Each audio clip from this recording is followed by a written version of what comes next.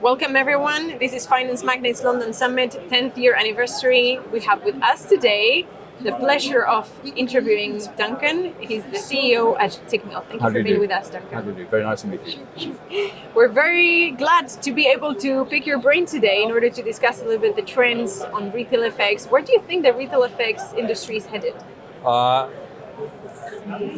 Where I see the market going, it's really it's an all-in-one sort of environment. And what I mean by that, I'm talking about multi-asset markets. So if a broker is able to actually deliver not only CFDs, FX, but also the likes of futures, equities, mutual funds, bonds, all in one wrapper, then I think the potential for the market is actually absolutely enormous. Mm-hmm. And how can the industry, the FX industry in particular, better navigate the current macro picture, namely high inflation, rising interest rates?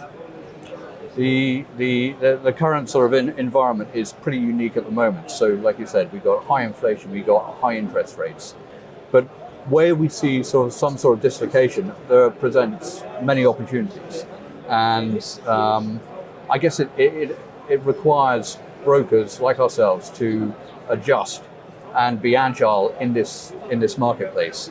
But probably more importantly, is you've got to remember that because of these sort of macro changes, stability, reliability, transparency, and ultimately a fairly robust balance sheet are all going to play out for both the business and for traders themselves. I mean, you don't really want to see a trader who's looking to, ensure that actually their profitability is up. They've got so many things to think about. What they don't want to think about themselves is the fact that a broker may not be in a stable condition. Mm-hmm. So I mean that's really important, and I think sort of the other element is that all brokers, and certainly Tickmill, this is the way we feel, is that we have to invest in our third-party environment to allow us to actually offer the best sort of products for our clients. Mm-hmm. So speaking of agility and flexibility and robustness, this year 2022 has been pretty hectic in the financial markets, specifically in Fintech. When Metaquotes released an iOS responsive MT5 web terminal, do you think that is enough to end brokers' concerns regarding their Metaquotes suspension from the Apple Store? Yeah, so I mean, Metaquotes is an interesting one because it's a product that we all know. So many brokers have it. They've done an incredible job over the years. They've produced platforms right the way through the sort of spectrum. The issue with Apple is really quite concerning, and I think it was a wake-up call for the industry, and it just shows that there's a relatively sort of fragile supply line between the producer or product owner that is delivering a service as a third party and brokers like ourselves. So we've got to be incredibly careful to ensure that we offer a robust service to our clients. If we're not getting that, then we need to look hard and fast at other sort of environments. And of course, that plays onto the sort of importance of having some sort of proprietary application in whatever shape or form it may be, in order to allow us to really enhance the product that we actually have at the moment. Right. From what I understand, Tickmill already had a self-named mobile app readily available for iOS users once they couldn't access MT5. Do you see these traders staying on this kind of platform or returning back to MT5 once it goes back to Apple? I think that the industry certainly felt that we were going to see Apple sort of allowing Metaquotes to sort of come back into the fold. But it doesn't really seem to be the case at the moment. I mean, I don't have any sort of prior knowledge, so I can't really sort of comment too much on it. But it's the worry is that if they don't come back, Metaquotes are going to lose an application.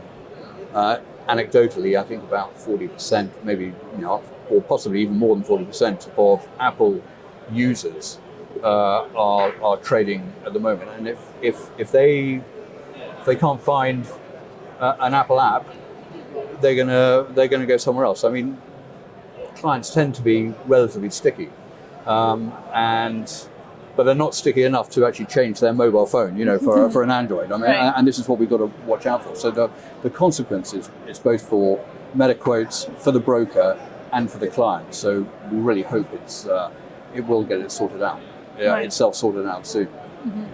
Let's talk a little bit about crypto and digital assets. In Finance Magnates London Summit this year, we have a very big crypto audience.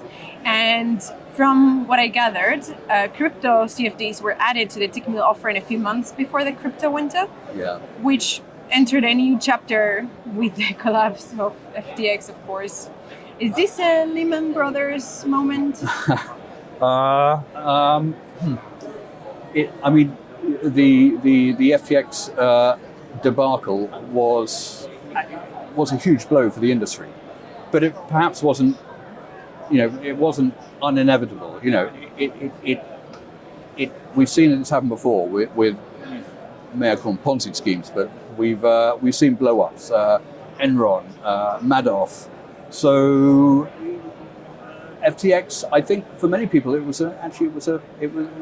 came as a surprise. But the more you look into it, the more warning signals that you saw that could perhaps have been avoided.